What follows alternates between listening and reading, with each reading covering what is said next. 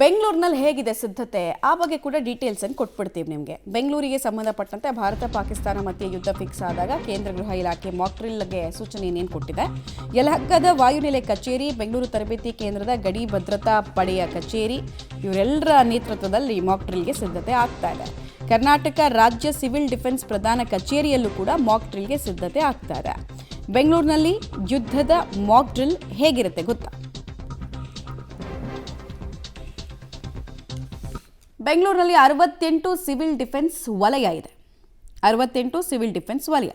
Civil ಡಿಫೆನ್ಸ್ನಲ್ಲಿ 12 ಭಾಗ ಇದೆ. ಅಗ್ನಿಶಾಮಕ ದಳ, ಡಿಪೋ ಮತ್ತು transport, rescue service, telecommunication, medical service, ಪ್ರಾಣಿ ಸಂರಕ್ಷಣೆ ಸೇರಿ ಕೆಲ ವಿಭಾಗಗಳು ಇದ್ದಾವೆ. ಕೆಲವು ಆಯ್ದ ಸಿಬ್ಬಂದಿ ಮಾತ್ರ ಅಣಕು ಪ್ರದರ್ಶನಕ್ಕೆ ಆಯ್ಕೆ ಆಗ್ತಾರೆ. ಗ್ರೀನ್, ರೆಡ್ ಝೋನ್ ಅಂತ ವಿಭಜಿಸಿ ಜನರಲ್ಲಿ ಜಾಗೃತಿ ಮೂಡಿಸುವುದು, ಅಪಾಯದ ಮುನ್ಸೂಚನೆ ಬಗ್ಗೆ ಜಾಗೃತಿ ಮೂಡಿಸಿ ರಕ್ಷಣೆ ಮತ್ತು ಸ್ಥಳಾಂತರ ಮಾಡೋದು.